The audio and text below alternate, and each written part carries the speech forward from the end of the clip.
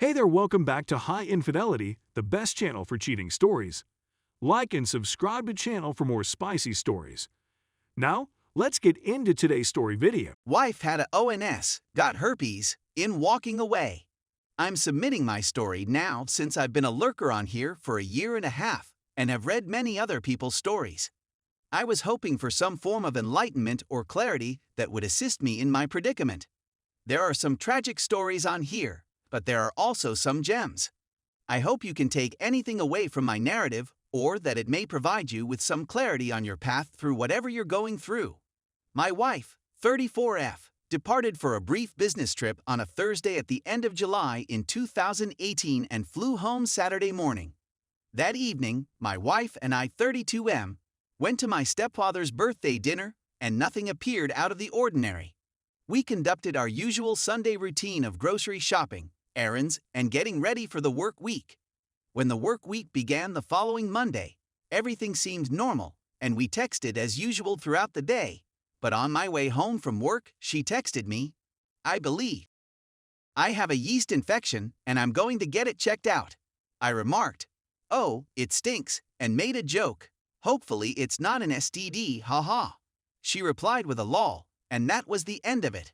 She texted me a few hours later before I saw her and said, "Your statement earlier about it being an STD was strange. You don't think I'm cheating on you, do you?" I sort of smiled and texted back, "No, haha." But something about her statement bothered me a bit.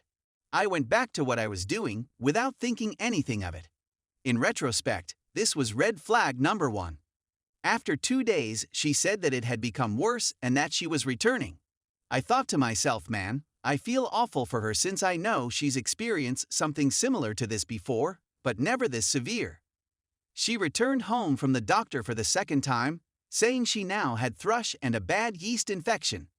I recall wondering to myself, what is thrush? And she explained that it's a throat infection. I remember telling her, "Well, if you're ill, stay away from me because I don't want to become sick," and I'm so pleased I did. All of this, in retrospect, was red flag #2. She remained mostly bedridden for the following several days and into the weekend. She phoned into work and completed some work tasks from home. I recall not going too near to her those few days, just sort of staring at her when she was in bed or on the sofa feeling horrible. She was visibly ill and there wasn't much I could do. The next week, when she began to feel better, I realized something was wrong with her. When I got home from work one day, she was sobbing on the sofa. When I asked her what was wrong, she claimed she was going to visit a counselor. I was perplexed, but I responded okay and asked whether I was going or if I needed to go. She responded no, that she simply wasn't feeling herself and that she wanted to speak to someone. Okay, I said. #3 red flag. When I got out of the shower a few days later, she was weeping again on the bed. "What's going on?" I inquired.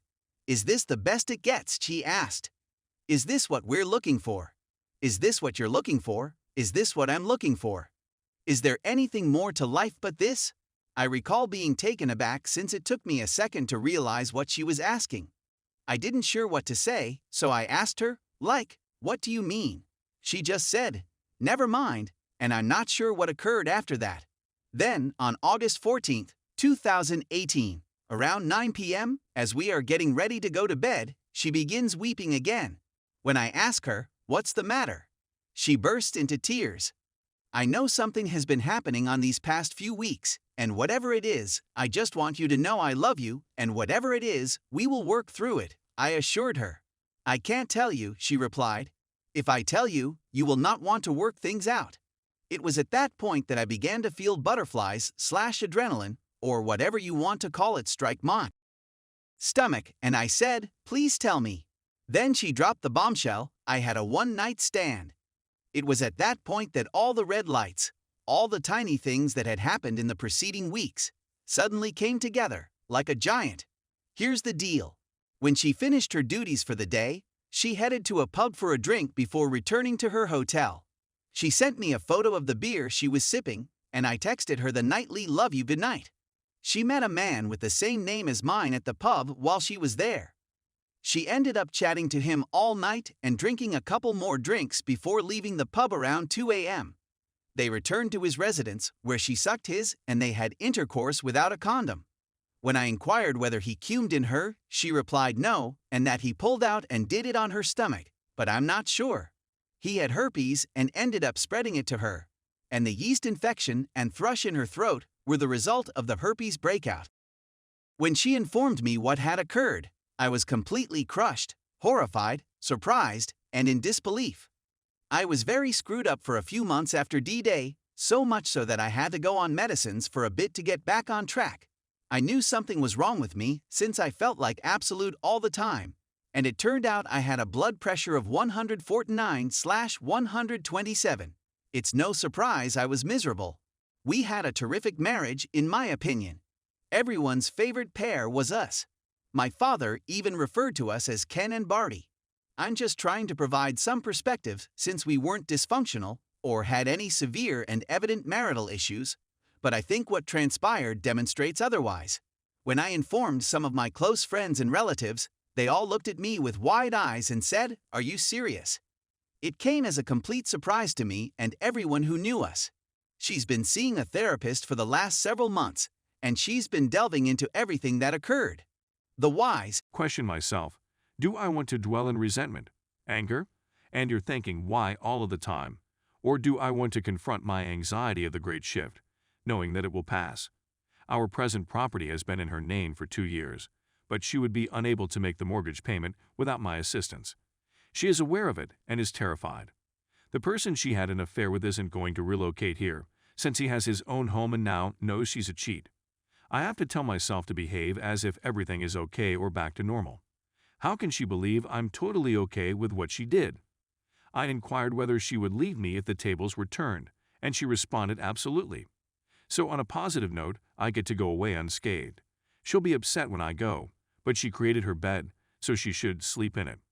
She decided a kiss from a younger person she found attractive was worth our 5-year relationship. She can live with that choice today. I'm almost certain I was going because I can't look her in the eyes anymore and I don't believe her I love yous anymore. She may now be the neighborhood, since that's what I'll probably use her for till I leave. The second guy was aware that we were a relationship since he had known us for 2 years. He's just as much of a jerk as she is. As I have said, she will be devastated after I go. I will notify all of her pals. I'll also notify all of my neighbors. I keep wondering that my lack of love or lack of spending time with her since I don't drink is partly to blame. I'm not the most loving man, yet she seemed to need it.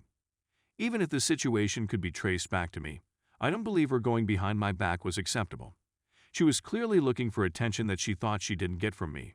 2 weeks later, I'm looking for another place to live. My girlfriend thinks everything is forgiven. But the sooner I get out the better so I can move forward and beyond this. I heard the neighbor was having another party as I sat out in my garage, and all the neighbors at the party were present except for the other man. I haven't seen him since I caught him kissing my girlfriend. It's getting harder and harder not to throw it in her face every day what she did. Despite my embarrassment, I had already informed the neighbors who were there about the affair. They all know now to keep their spouses away from her. She won't be able to remain here after I go. The embarrassment, as well as the reality that she won't be able to pay the mortgage without me, will force her out. She not only loses me but also her new home. It was her decision to do what she did. I'm hoping that kissing was pleasant, since it's going to bring her a lot of pain. I'm going to look to be forgiving for a week before I go, and then bang. I'll be leaving with a detailed explanation of everything she did to me and how I had a ring waiting for her on her favorite day of the year, Christmas. That will never happen again. As I previously said, I escaped a bullet. It would have been a lot worse if I had married her and then found out about all of this. It would have been a lot worse, and I worry about it all the time. This still bothers me now, despite the fact that it occurred 3 weekends ago. The neighbors all knew since I went door to door informing them of the incident and asking if they knew anything. Some of them said that she was flirting with the other guy before the party began, before she became inebriated. They had all agreed not to speak to her. She is a cheater who cheated on her last relationship and destroyed the guy before me. She ended up leaving her ex-husband, who never recovered from the divorce, and she used the settlement to put a down payment on the home where we are now living. He's now a raging alcoholic who has been single for 9 years. It's unfortunate that she chose the worst option and chose his buddy. That's a poor score, damaging many connections. I'm not sure what made me believe she'd be a decent date. I agree that leaving without explanation may be the best option. I understand that bringing up the engagement ring would be a nice stab in the heart. Update: the neighbors hosted another party last night, and the other guy was present. When I told her she was welcome to go party there, she became defensive, asking why I was trying to get rid of her and how she doesn't want to drink there anymore. When I inquired whether the other guy had texted her to come over, she became furious and answered no. I suppose the other guy had a girlfriend with him at night. I heard he had just recently begun dating. I couldn't tell whether she was a neighbor sitting next to him or a new girlfriend since it was dark. I would have gone over there in front of everyone and informed her what occurred Labor Day weekend when she wasn't there if he had a new girlfriend, whom I think he was dating while he made out with mine. I'm not sure whether I'm putting too much thought and attention into this. I wanted to go up to him and confront him, but I didn't want to go to prison for knocking him out. Do I believe that was their only kiss? I'm not sure. I have my reservations. Do I believe they have sex? I'm almost certain they didn't do it. I know her daily routine like the back of my hand, and there's no way it could have occurred, but I may be mistaken. I've been searching for a place to live and there isn't anything suitable available. Is it bad for me to be angry with all of my neighbors for not even saying, "Hey bro, your girlfriend is out here flirting with so-and-so"? Come on, come on. I checked her phone, and she had deleted his number. I felt strange examining her phone as if she were a 16-year-old. She didn't go to the party because she claimed she was done going over there, but I'm sure as soon as I go, she'll be there, which is okay since if she's with that person, I'll always have that notion in my brain when I leave. I know some of you think she only wants me there to pay for the home, but after 5 years, I feel I know her quite well. She is sorry for what she did, but I'm not going to justify it. She is going to be suffering when I go, and not only because she's going to lose the home. She knows she screwed up. I made a point of not sleeping in the same room as her, and I kept my distance since the affair. I informed her today that she would have to sell the home someday, but not move away with me. She began weeping, and it's starting to set in that I'll never forgive her. She's so afraid I'll go that she wants to sell the home so we can start again. No matter where you move, there's always neighbors, and anything can happen in a place. I love going into the area and being in that home. She asked why, and I said, I saw you cheat on me there. Some of you may be wondering why she had his phone number preserved. He's only a neighbor's brother. How long had they been communicating? We have a secondary monetary business painting and refurbishing furniture. He requested us to paint a dresser for him when we initially moved there. So we need to collect the customer's phone number in order to notify them that it has been completed. The second guy does not reside in our area, but he comes over with his brother and sister-in-law to party. I'm not sure how long it was after he picked up his belongings that they began talking, but at this point, I'd prefer not know. When I was in my 20s and 30s, I would have taken what she did a step further and had sex with another girl, video it, and show it to her. But now that I'm older, I recognize that 2 wrongs don't equal a right. When I move out, I'm sure the loneliness will strike me hard after 5 years of being with someone. It's simply something I'll have to deal with, I suppose. I'll be relocating to another city. I've already put items into storage, so when I'm ready to totally go out, which hopefully will be very soon, I'll be able to move the rest all by myself. I'll wait until she works a 12-hour shift, which will allow me plenty of time to get the rest of my stuff out. My parents are no longer alive, and I have no family relations in my state. They held another party this weekend, and the other guy was there. I'm sure they're all gossiping about me behind my back. It took everything in me to remain inside and not go over there and do something dumb, since disrespect is something I will not tolerate. I confronted her last night, so what's the true reason you did it? And don't blame booze, because I'm never going to accept that, and all she answered was, believe me, I don't want the person all right, with no more explanation. I told her that if she thinks he's more attractive than me or anything, she can take him. I'm not sure. I believe I'm putting too much thought into this. It won't be long until I'm out and able to continue on with my life, but her life will be flipped upside down very soon.